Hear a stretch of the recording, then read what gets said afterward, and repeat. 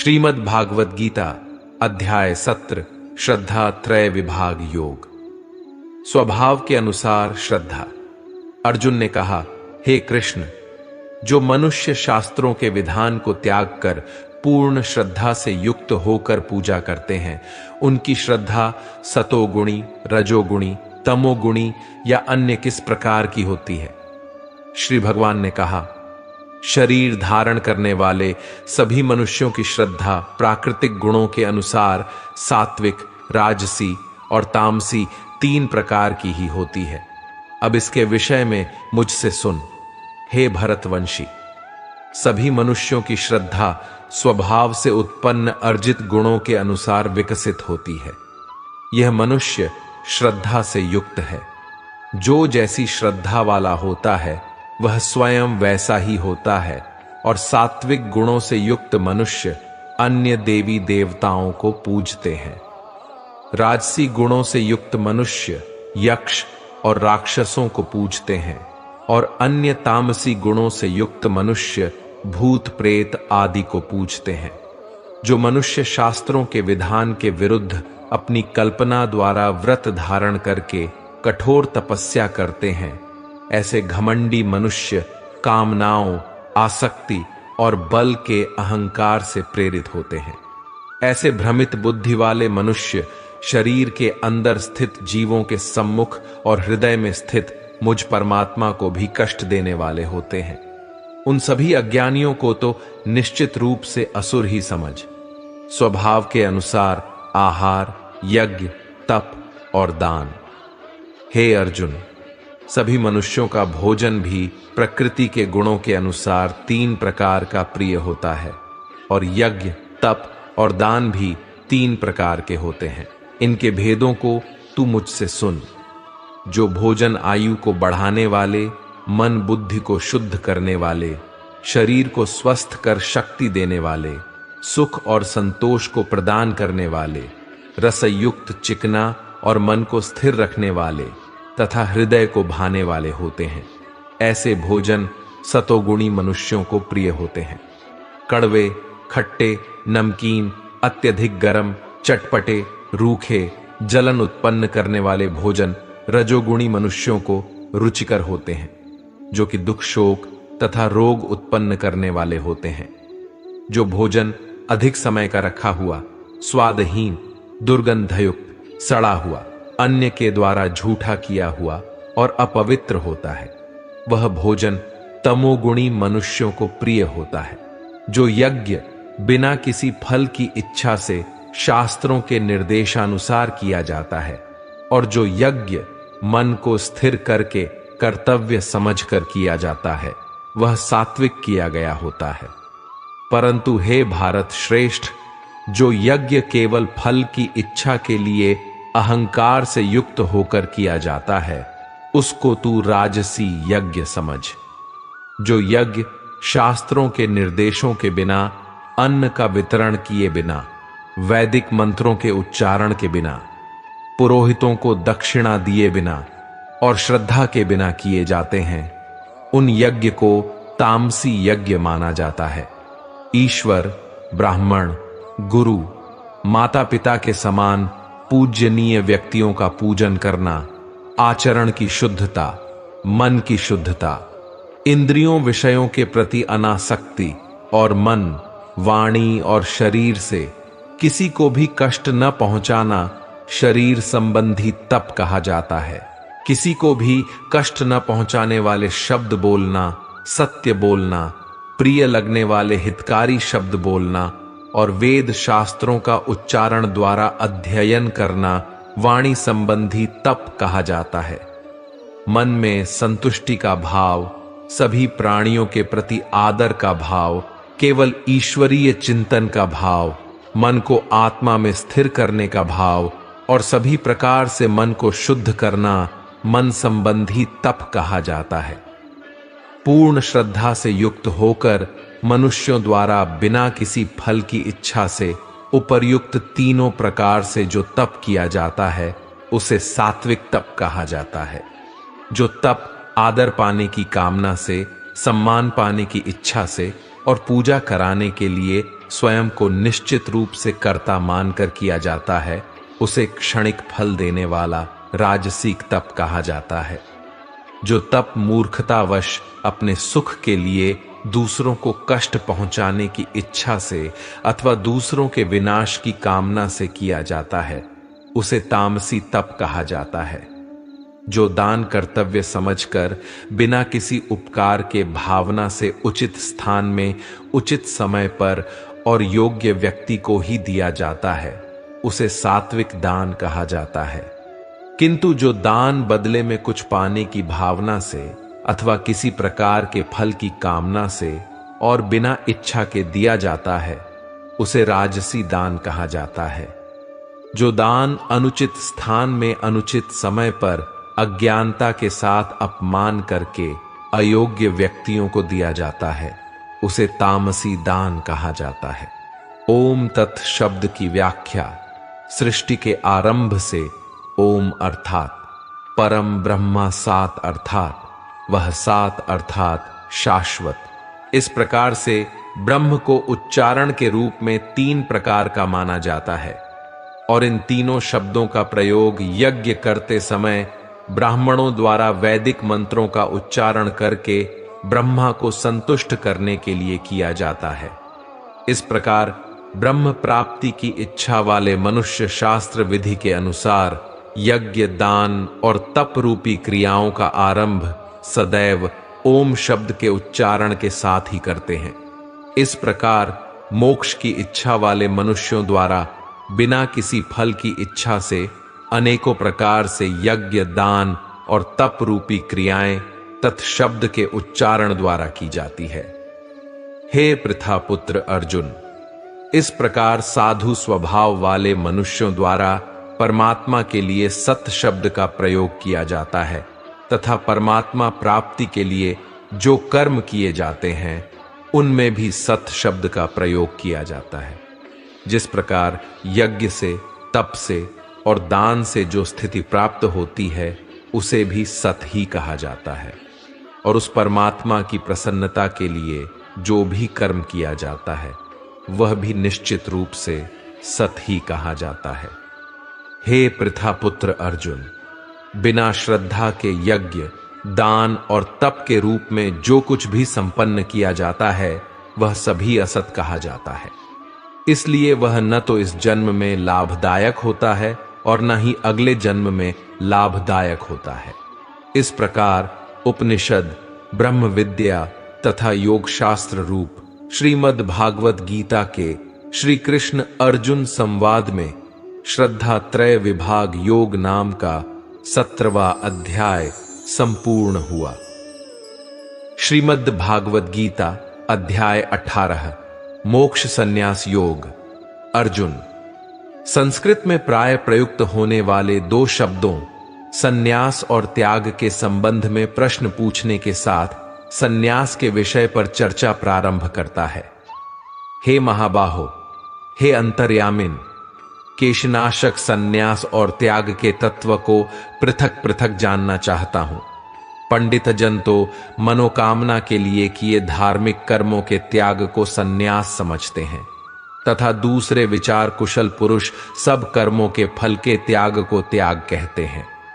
कई एक विद्वान ऐसा कहते हैं कि शास्त्राविधि रहित भक्ति कर्म दोष युक्त है, इसलिए त्यागने के योग्य हैं, और दूसरे विद्वान यह कहते हैं कि यज्ञ, दान और तप रूपी कर्म त्यागने योग्य नहीं है। हे शेर पुरुष अर्जुन, संन्यास और त्याग, इन दोनों में से पहले त्याग के विषय में तू मेरा निश्चय सुन, क्योंकि त्याग 3 प्रकार का कहा गया है। यज्ञ, दान और तप रूप कर्म त्याग करने के योग्य नहीं है, बल्कि वह तो अवश्य कर्तव्य है, क्योंकि यज्ञ, दान और तप ही कर्म बुद्धिमान पुरुषों को पवित्र करने वाले हैं। हे पार्थ, इन यज्ञ, दान और तप रूप कर्मों को तथा भी संपूर्ण कर्तव्य कर्मों को आसक्ति और फलों का त्याग करके करना चाहिए, यह मेरा निश्चय किया हुआ उत्तम मत है। परंतु नियत शास्त्रानुकूल कर्म का त्याग उचित नहीं है। मोह के कारण अज्ञानतावश भाविक होकर उसका त्याग कर देना तामस त्याग कहा गया है।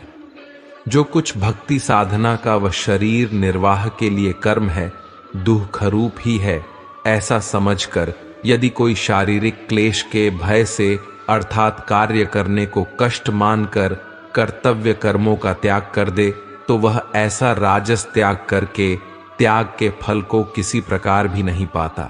हे अर्जुन, जो शास्त्रानुकूल कर्म करना कर्तव्य है, इसी भाव से आसक्ति और फल का त्याग करके किया जाता है, वही सात्विक त्याग माना गया है। अकुशल कर्म से तो द्वेष नहीं करता और कुशल कर्म में आसक्त नहीं होता। वह सत्व गुण से युक्त पुरुष संशय रहित बुद्धिमान और सच्चा त्यागी है, क्योंकि शरीरधारी किसी भी मनुष्य के द्वारा संपूर्णता से सब कर्मों का त्याग किया जाना शक्य नहीं है। जो कर्म फल का त्यागी है वही त्यागी है, यह कहा जाता है। कर्म फल का त्याग न करने वाले मनुष्यों के कर्मों का शुभ अशुभ और मिला हुआ 3 प्रकार का फल मरने के पश्चात होता है, किंतु कर्म फल का त्याग कर देने वाले मनुष्यों के कर्मों का फल किसी काल में भी नहीं होता। हे महाबाहो, संपूर्ण कर्मों की सिद्धि के ये 5 हेतु कर्मों का अंत करने के लिए उपाय बतलाने वाले सांख्य शास्त्रा में कहे गए हैं, उनको तू मुझसे भली भांति जान। इस विषय में अर्थात कर्मों की सिद्धि में अधिष्ठान और कर्तृता तथा भिन्न भिन्न प्रकार के करण एवं नाना प्रकार की अलग अलग चेष्टाएं और वैसे ही 5वां हेतु दैव अर्थात ईश्वरीय देन है। मनुष्य मन, वाणी और शरीर से शास्त्रानुकूल अथवा विपरीत जो कुछ भी कर्म करता है, उसके ये 5 कारण हैं। परंतु ऐसा होने पर भी जो मनुष्य अशुद्ध बुद्धि होने के कारण उस विषय में यानी कर्मों के होने में केवल जीवात्मा अर्थात जीव को कर्ता समझता है, वह दुर्बुद्धि वाला अज्ञानी यथार्थ नहीं समझता। जिसे मैं कर्ता हूं ऐसा भाव नहीं है, तथा जिसकी बुद्धि लिपायमान नहीं होती, वह इन सब लोकों को मारकर भी न तो मारता है और न बंधता है। ध्याता ज्ञान और ध्येय यह 3 प्रकार की कर्म प्रेरणा है, और कर्तृता करनी तथा क्रिया यह 3 प्रकार का कर्म संग्रह है। गुणों की संख्या करने वाले शास्त्रा में ज्ञान और कर्म तथा कर्तृता गुणों के भेद से 3-3 प्रकार के ही कहे गए हैं। उनको भी तू मुझसे भली भांति सुन। जिस ज्ञान से मनुष्य पृथक पृथक सब प्राणियों में एक अविनाशी परमात्मा भाव को विभाग रहित संभाव से स्थित देखता है, उस ज्ञान को तो तू सात्विक जान। किंतु जो ज्ञान संपूर्ण प्राणियों में भिन्न भिन्न प्रकार के नाना भावों को अलग अलग जानता है, उस ज्ञान को तू राजस जान।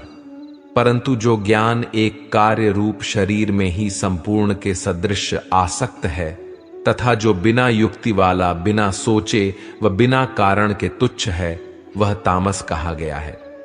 जो कर्म शास्त्रानुकूल कर्तृतापन के अभिमान से रहित हो तथा फल न चाहने वाले द्वारा बिना राग द्वेष के किया गया हो, वह सात्विक कहा जाता है। परंतु जो कर्म बहुत परिश्रम से युक्त होता है तथा भोगों को चाहने वाले पुरुष या अहंकार युक्त किया जाता है, वह कर्म राजस कहा गया है। जो कर्म परिणाम, हानि, हिंसा और सामर्थ्य को न विचार कर केवल अज्ञान से आरंभ किया जाता है, वह कर्म तामस कहा जाता है। कर्तृता संग्रहित अहंकार के वचन न बोलने वाला धैर्य और उत्साह से युक्त तथा कार्य के सिद्ध होने और न होने में विकारों से रहित सात्विक कहा जाता है। कर्तृता आसक्ति से युक्त कर्मों के फल को चाहने वाला और लोभी है, तथा दूसरों को कष्ट देने के स्वभाव वाला अशुद्धाचारी और हर्ष शोक से लिप्त है, वह राजस कहा गया है। कर्तृता अयुक्त स्वभाविक घमंडी धूर्त और दूसरों की जीविका का नाश करने वाला तथा शोक करने वाला आलसी और आज के कार्य को कल पर छोड़ना तामस कहा जाता है।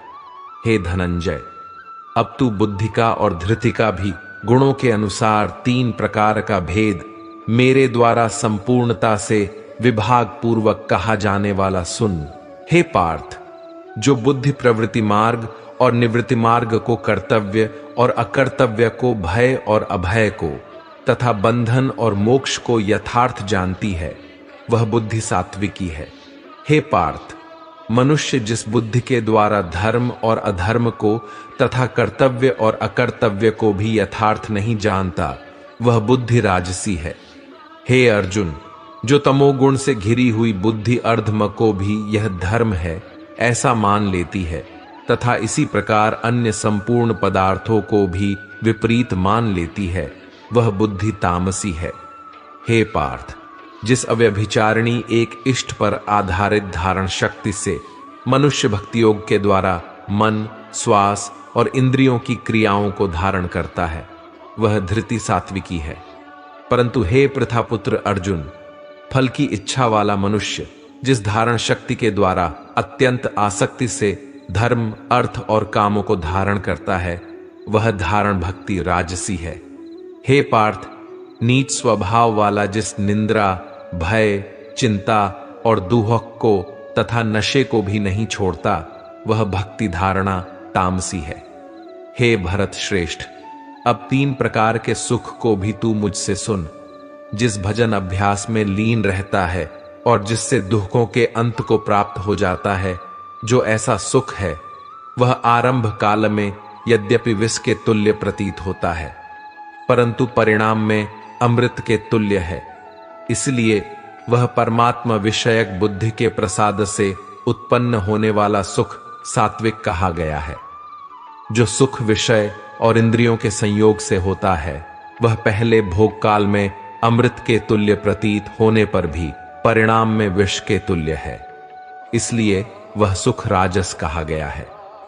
जो सुख तथा पहले भोग काल में तथा परिणाम में आत्मा को मोहित करने वाला है, वह निंद्रा, आलस्य और प्रमाद से उत्पन्न सुख तामस कहा गया है। पृथ्वी में या आकाश में अथवा देवताओं में फिर कहीं भी वह ऐसा कोई भी सत्व नहीं है जो प्रकृति से उत्पन्न इन तीनों गुणों से रहित हो।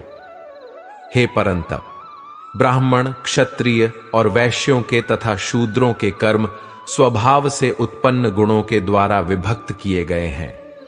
छुआछूत रहित तथा सुख दुख को प्रभु कृपया जानना, इंद्रियों का दमन करना, धार्मिक नियमों के पालन के लिए कष्ट सहना, बाहर भीतर से शुद्ध रहना अर्थात छल कपट रहित रहना, दूसरों के अपराधों को क्षमा करना, मन, इंद्रिय और शरीर को सरल रखना, शास्त्राविधि अनुसार भक्ति से परमेश्वर तथा उसके सतलोक में श्रद्धा रखना।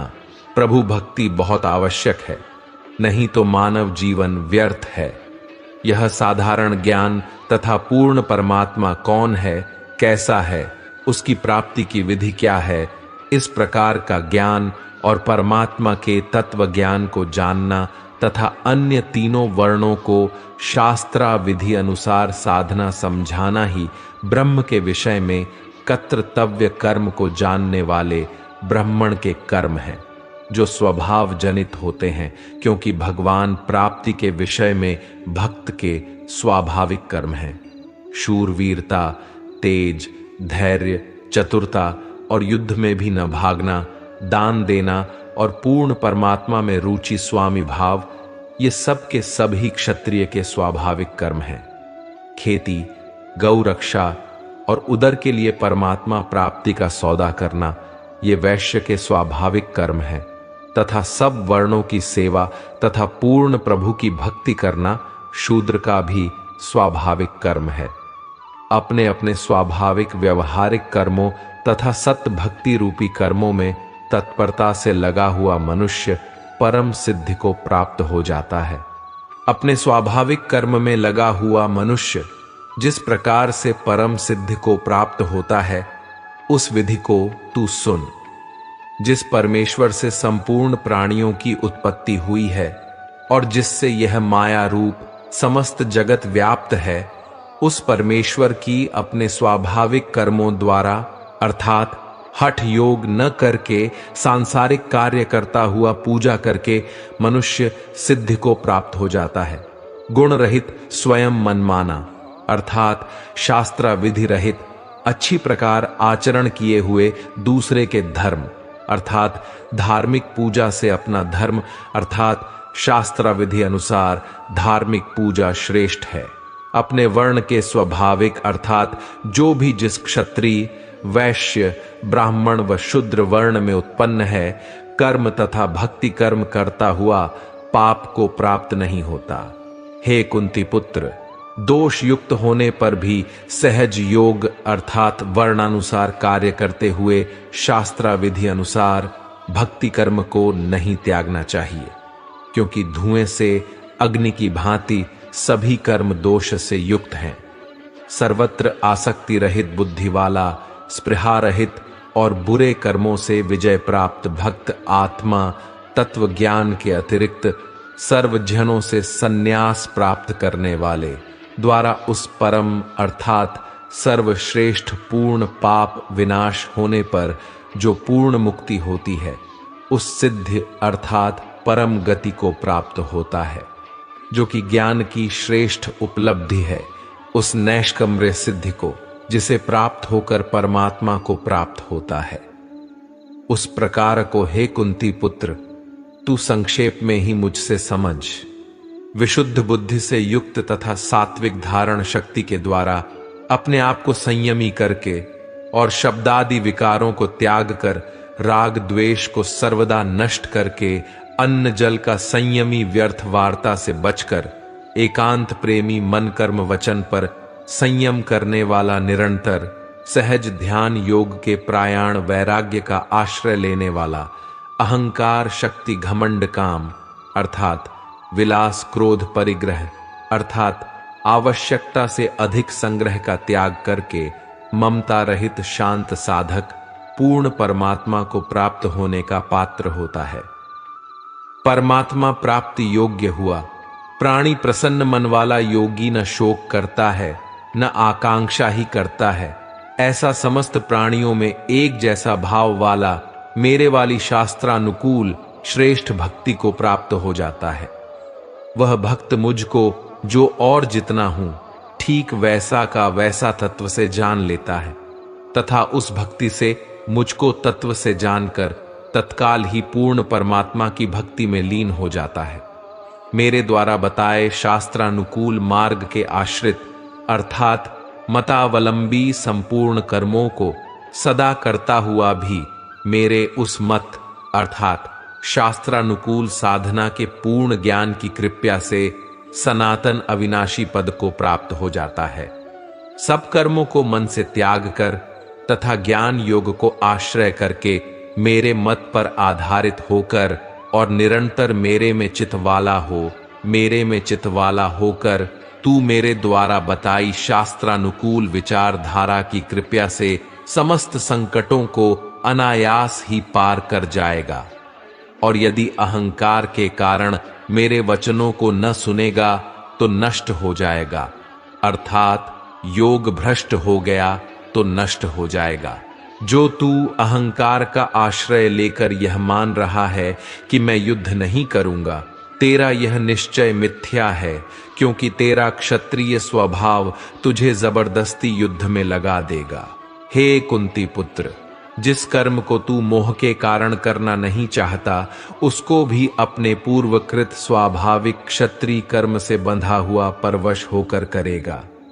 हे अर्जुन, शरीर रूप यंत्रा में आरूढ़ हुए संपूर्ण प्राणियों को अंतर्यामी ईश्वर अपनी माया से उनके कर्मों के अनुसार भ्रमण करवाता हुआ सब प्राणियों के हृदय में स्थित है। हे भारत, तू सब प्रकार से उस परमेश्वर की ही शरण में जा। उस परमात्मा की कृपा से ही तू परम शांति को तथा सदा रहने वाला सतलोक को अर्थात सतलोक को प्राप्त होगा। इस प्रकार गोपनीय से अति गोपनीय ज्ञान मैंने तुझसे कह दिया। इस रहस्य युक्त ज्ञान को पूर्णतया भली भांति विचार कर जैसे चाहता है वैसे ही कर। संपूर्ण गोपनीयों से अति गोपनीय मेरे परम रहस्य युक्त हितकारक वचन तुझे फिर कहूंगा, इसे सुन। यह पूर्ण ब्रह्म मेरा पक्का निश्चित इष्ट देव अर्थात पूज्य देव है। एक मन वाला मेरा मतानुसार भक्त हो, मतानुसार मेरा पूजन करने वाला मुझको प्रणाम कर। मैं तुझे संपूर्ण पापों से छुड़वा दूंगा, तू शोक मत कर। तुझे यह गीता रूप रहस्यमय उपदेश किसी भी काल में न तो तप रहित मनुष्य से कहना चाहिए, न भक्ति रहित से, और न बिना सुनने की इच्छा वाले से ही कहना चाहिए, तथा जो मुझ में दोष दृष्टि रखता है उसे नहीं कहना चाहिए। जो पुरुष मुझ में परम भक्ति करके इस परम रहस्य युक्त गीता शास्त्राओं भक्तों में कहेगा, वह मुझको ही प्राप्त होगा, इसमें कोई संदेह नहीं है। उससे बढ़कर मेरा प्रिय कार्य करने वाला मनुष्यों में कोई भी नहीं है, तथा पृथ्वी भर में उससे बढ़कर मेरा प्रिय दूसरा कोई भविष्य में होगा भी नहीं। जो पुरुष इस धर्ममय हम दोनों के संवाद रूप गीता शास्त्र को पढ़ेगा, उसके द्वारा भी मैं ज्ञान यज्ञ से पूज्य देव होऊंगा, ऐसा मेरा मत है। जो मनुष्य श्रद्धा युक्त और दोष दृष्टि से रहित होकर इस गीता शास्त्र का श्रवण भी करेगा, वह भी मुक्त होकर उत्तम कर्म करने वालों के श्रेष्ठ लोकों को प्राप्त होगा। हे पार्थ, क्या इस गीता शास्त्रा को तूने एकाग्र चित्त से श्रवण किया? और हे धनंजय, क्या तेरा अज्ञान जनित मोह नष्ट हो गया? हे अच्युत, आपकी कृपया से मेरा मोह नष्ट हो गया और मुझे ज्ञान प्राप्त हो गया। संशय रहित होकर स्थित हूं, अतः आपकी आज्ञा का पालन करूंगा। हे राजन, श्री हरि के उस अत्यंत विलक्षण रूप को भी पुनः पुनः सुमरण करके मेरे चित्त में महान आश्चर्य होता है और बार बार हर्षित हो रहा हूं। जहां योगेश्वर भगवान श्री कृष्ण हैं और जहां गांडीव धनुषधारी अर्जुन हैं, वहीं पर श्री विजय विभूति और अचल नीति है, मेरा मत है। इस प्रकार उपनिषद, ब्रह्म विद्या तथा योग शास्त्र रूप श्रीमद् भागवत गीता के श्री कृष्ण अर्जुन संवाद में मोक्ष संन्यास योग नाम का 18वां अध्याय संपूर्ण हुआ। दोस्तों, आप सभी लोगों को हमारा यह वीडियो देखने के लिए बहुत बहुत धन्यवाद। उम्मीद है आपको यह वीडियो पसंद आया होगा। अगर पसंद आया हो तो हमारे चैनल को सब्सक्राइब करें और बेल नोटिफिकेशन आइकॉन को भी ऑन कर लीजिए। मिलते हैं अगले वीडियो में, तब तक के लिए अपना ख्याल रखिएगा। बहुत बहुत धन्यवाद। जय श्री राधे कृष्णा।